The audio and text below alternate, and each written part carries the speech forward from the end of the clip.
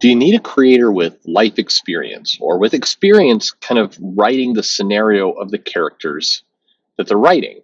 Well, this has been something that it's weird because I think the industry kind of talks out both sides of its mouth at different times. We'll see sometimes people say, to get kind of the authentic experience of a character, usually centered around race, then you need somebody with the same race to kind of write that character. But at the same time, you have people writing kind of family based books or characters with children who are single who have no children, or for that matter, you have people writing stories about like aliens who fly around in space and they obviously can't do it. So where does this line go exactly, and what's the truth behind having life experience and being authentic to the characters or not?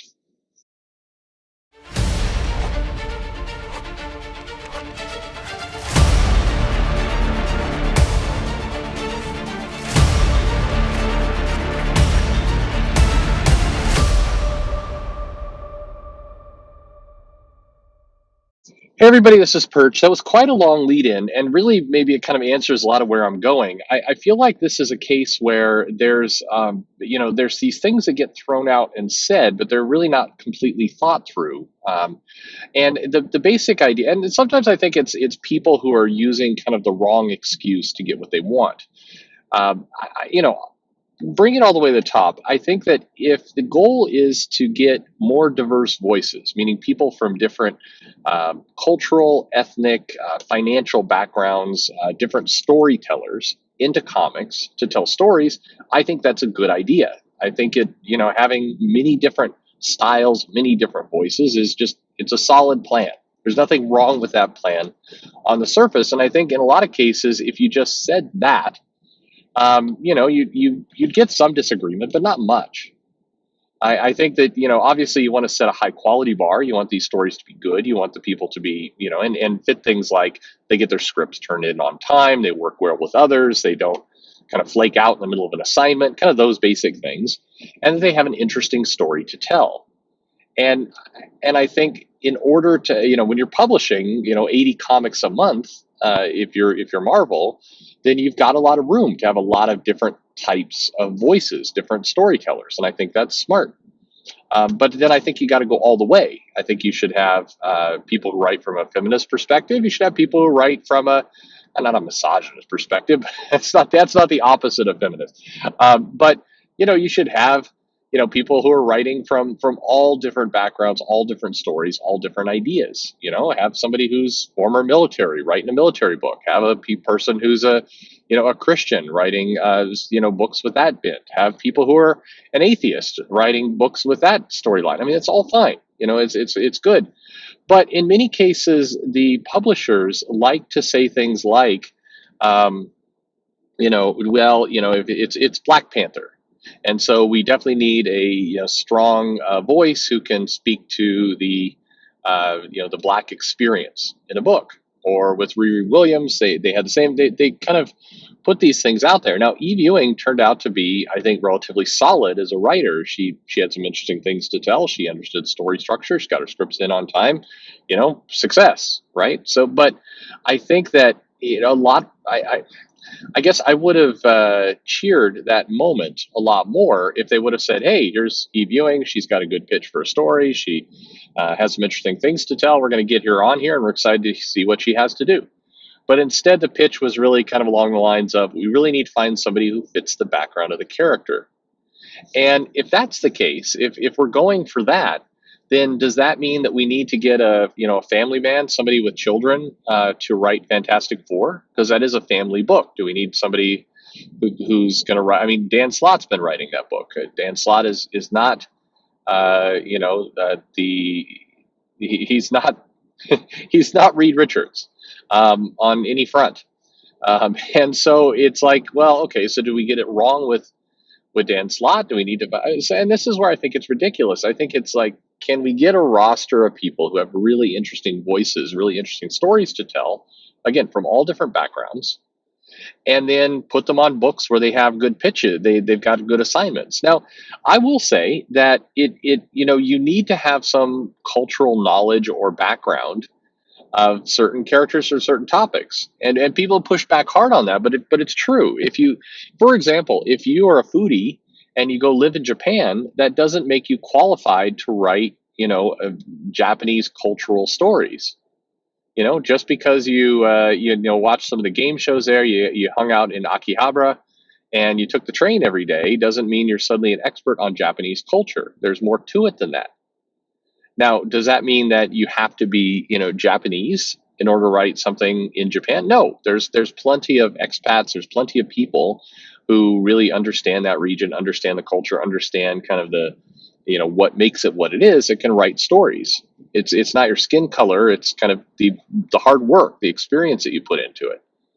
But at the same time, definitely if you're, born Japanese, raised in Japan, you're going to have an advantage because you were immersed in that culture and that environment. That doesn't necessarily solve the can you write a good story, but it does solve the, you got some of the background things checked off. You do know that area, and that's useful. Again, it's more useful than, some dude who likes food going and living in Japan for a while and giving himself a fake Japanese name and, pretending to write those comics. I think that you have a better advantage, if you're local. But this is where, it feels like the argument gets very toxic very quickly, because I think it's common sense to say, hey, if we're writing something about, Wakanda,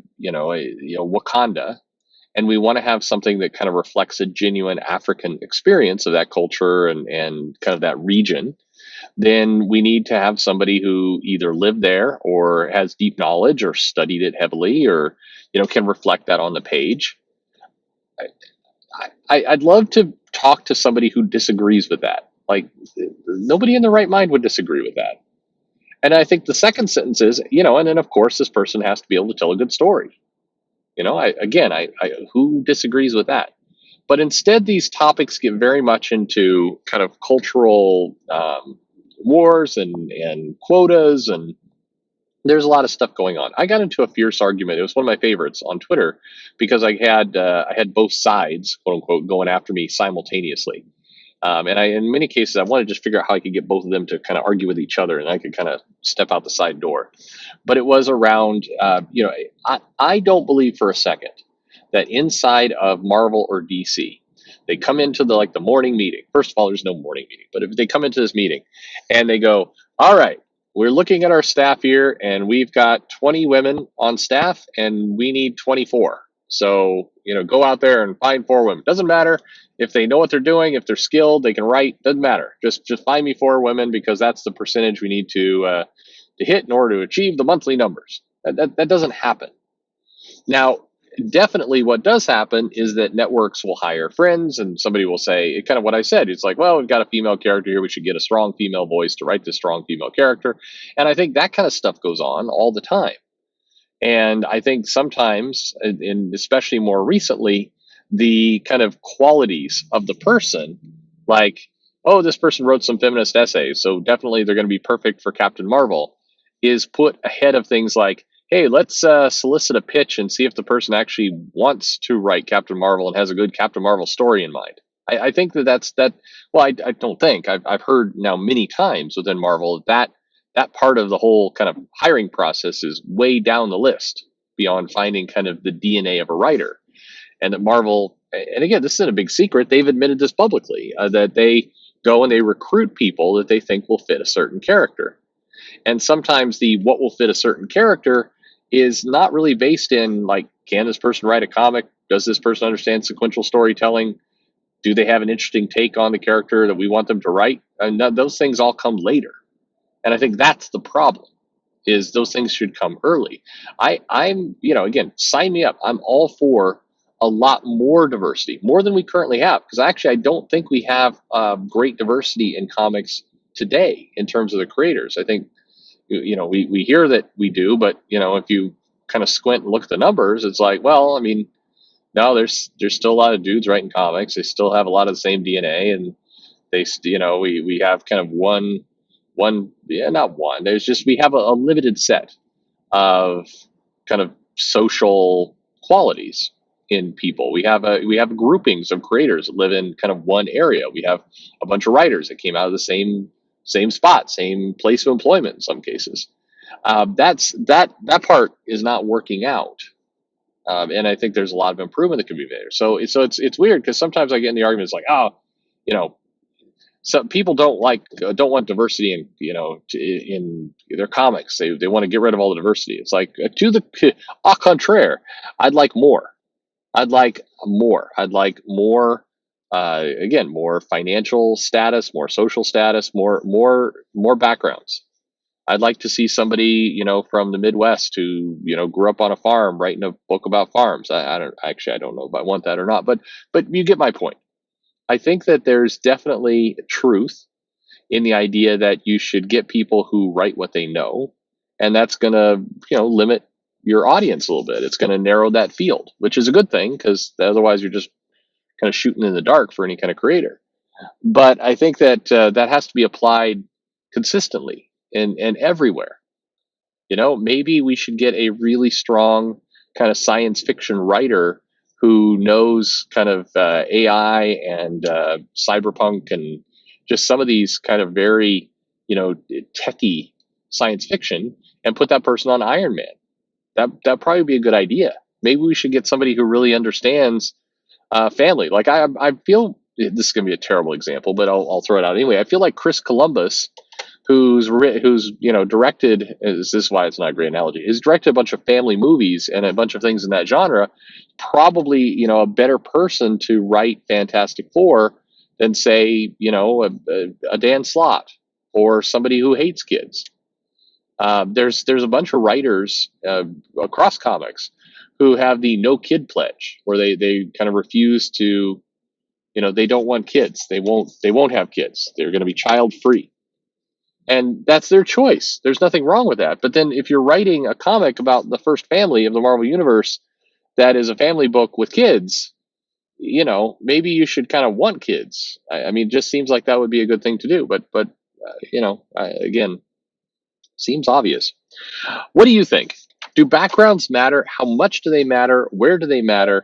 Leave a comment below in the comments, of course. Like, subscribe, follow me on Twitter or Facebook at Comic Perch, and thank you for listening.